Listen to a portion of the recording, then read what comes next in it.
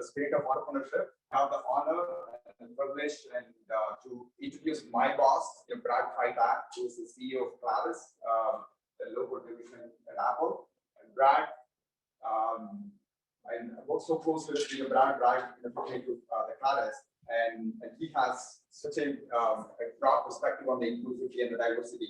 So without me saying much, I would love to hear from Brad. Brad, all yours. Srini, it's wonderful to be here. I am honored and privileged, and thank you so much for the invitation. It's so nice to be able to celebrate International Yoga Day with all of you. So thank you for having me. I'll really share an experience that has been profound for me throughout my profession, in that I've spent my entire career in technology and had really this beautiful opportunity to work with incredibly diverse teams throughout my career. Right now, when I look at my organization, we have large organizations in Beijing, Tokyo, Sydney, Australia, over in Germany, France, England, here in the US, and we attract this incredible talent from all over the world.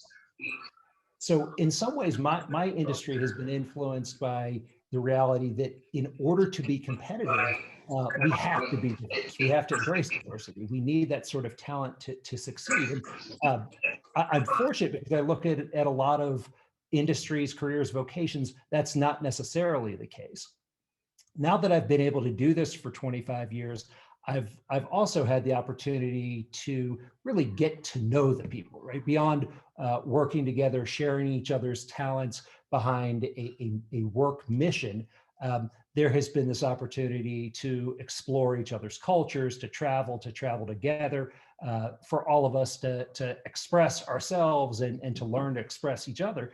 And for somebody who grew up in the United States and lived in a relatively sheltered life, I spent most of my time in Colorado, and most people looked like me and acted like me. It really shatters a lot of ignorance to have the opportunity to meet with so many people and explore their intellect and what drives their innovation, their curiosity, and the results for us are so profound over and over that the lessons are learned of what an advantage it becomes for teams when diversity is celebrated, when everybody can show up every day being exactly who they are, and knowing that exactly who we are, some of who I am is attractive, other parts of it are not.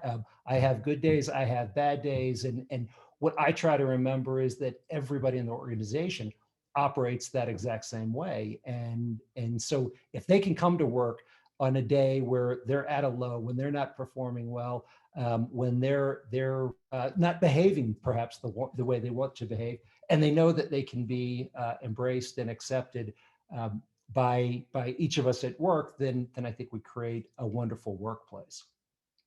One area in particular where I have really focused my energy, and it comes from now a 25-year career in technology, where I know I've been fortunate and I know I've had great opportunities. And as my parents have taught me, when much is given, much is expected.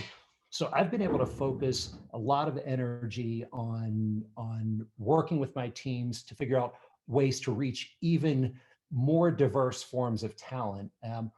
And in some cases, what we've learned is that it's socioeconomic that restricts people from the opportunity to work and to step into technology careers.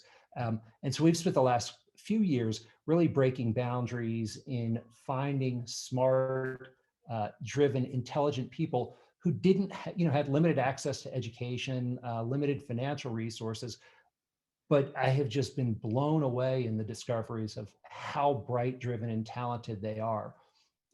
Our parent company is Apple, and Apple has opened up a whole set of academies across the world where they provide a 2-year coding-only education to qualified individuals. And for us, that has opened up the possibility to find people from all over South America, Asia, Europe, who never would have had any possibility to work in the technology industry otherwise.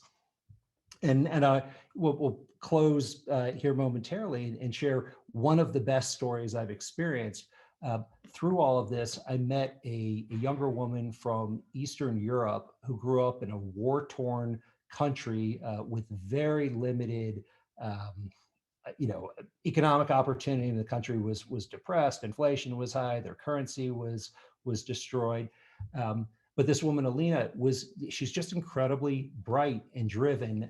She had an opportunity to learn little bit of technology. She knew when she was young, she was very capable at advanced math. She just had discovered that about herself, but had nearly lost any perspective on what she might be able to do with that.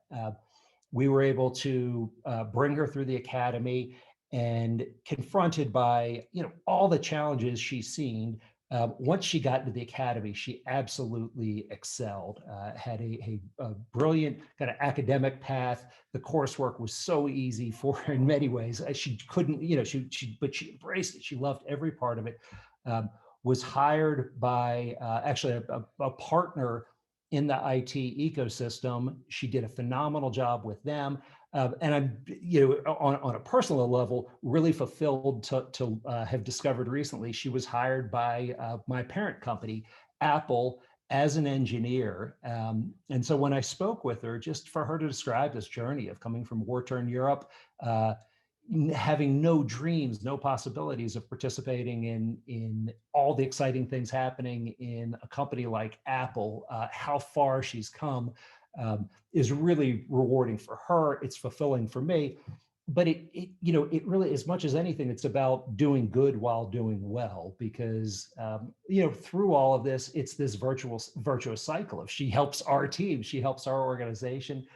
She's able to help her family, and she's off to a brilliant start. So I am very fortunate to be able to work with people like Srini who share these values of doing more to reach out, recognizing what diversity can bring in the way of new ideas and new innovation to our team, and ultimately the really powerful kind of culture and ethos of building an inclusive culture. So the fact that Srini would ask me to join and celebrate this International Yoga Day with you about this particular theme is very touching for me and a great honor. So I'm very appreciative. Thank you for the opportunity to join. And Srini, I will pass it back to you.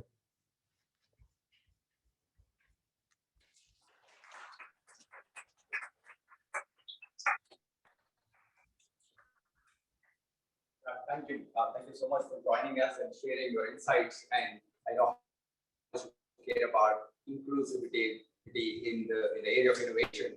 And for the rest of us, I refer to Brad as my twin brother.